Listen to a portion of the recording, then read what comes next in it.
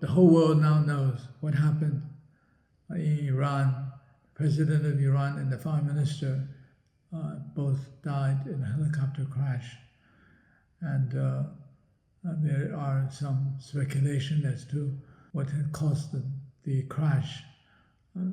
Could have been, as conspiratorial theorists would claim, that was it done by the Israelis or by the Americans, and so on and so forth.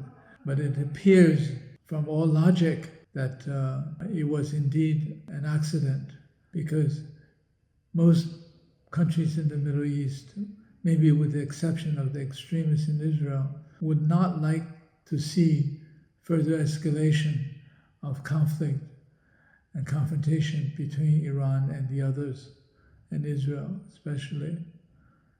And they would like to have a situation calm down.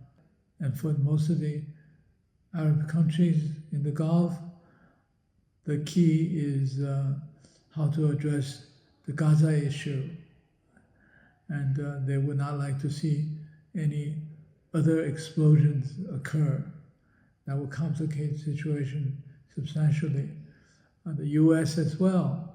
U.S. has already lost a lot of face by supporting Israel, lost their global standing as a major power. Now, Iranians don't want this to escalate as well. They've had some firing of missiles back and forth, and each side have claimed success, and then they could all scale down.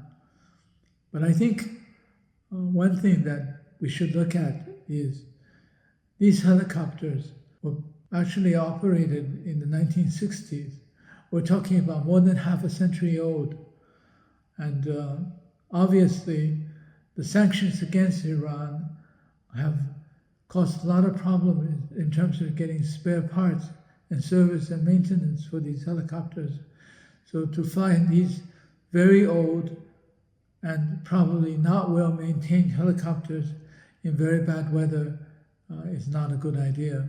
Chances are it was mechanical failure. And indeed, this is what some have described the events leading up to it as an indication that it was mechanical failure. This makes me think about sanctions and what sanctions does. In this case, sanctions has brought about the lack of service and the spare parts for helicopters that has allowed the accident to occur. And it makes me think about sanctions that the U.S. is imposing on many others, including on China and on Russia, and how this would affect people's livelihood and business and economy. Sanctions actually can have multifaceted impact.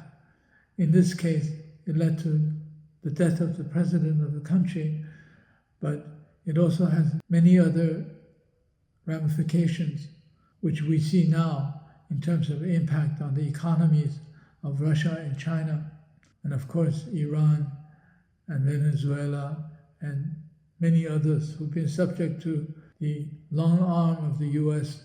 sanctions law. I think that's something that is probably more significant to consider than what happened with the helicopter, this event, unfortunate as it is. But the fact that this may have been, or probably most likely have been, caused by sanctions is something that we should really think about, whether or not sanctions should be allowed to continue by the U.S. government the way that they have sanctioned others.